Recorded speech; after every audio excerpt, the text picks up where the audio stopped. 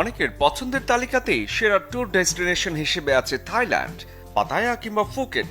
বিনোদন আনলিমিটেড।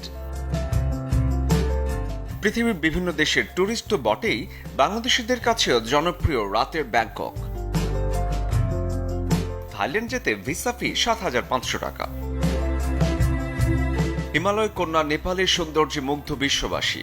প্রতি বছর লাখো পর্যটক বেড়াতে আসে নেপালে।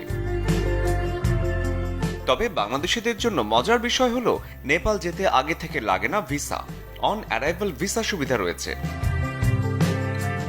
প্রথমবার ফ্রি হলেও দ্বিতীয়বার পাসপোর্টে ভিসা লাগাতে খরচ হবে ১৫০০ টাকার মতো।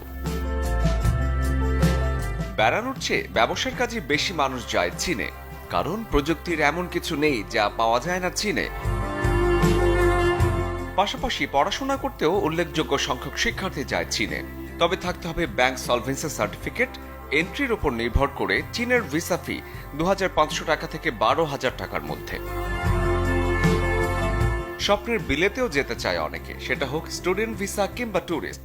প্রায় সব ধরনের ভিসার আবেদনে ফি বাড়িয়েছে ইংল্যান্ড। এমনকি জাতীয়তার আবেদনেও গুনতে হবে বাড়তি অর্থ। কোটিপতিদের শহর দুবাই অনেকেই যান ব্যবসা কিংবা অবসর সময় কাটাতে। বিলাসবহুল আর আয়েশি জীবনের আরেক নাম দুবাই। বুর্জ খলিফা, পাম আইল্যান্ড, মিরাকল গার্ডেন আর দুবাই মলের দেশে যেতে বাংলাদেশিদের জন্য ভিসা ফি এন্ট্রির উপর নির্ভর করে সর্বনিম্ন ১০,০০০ টাকা।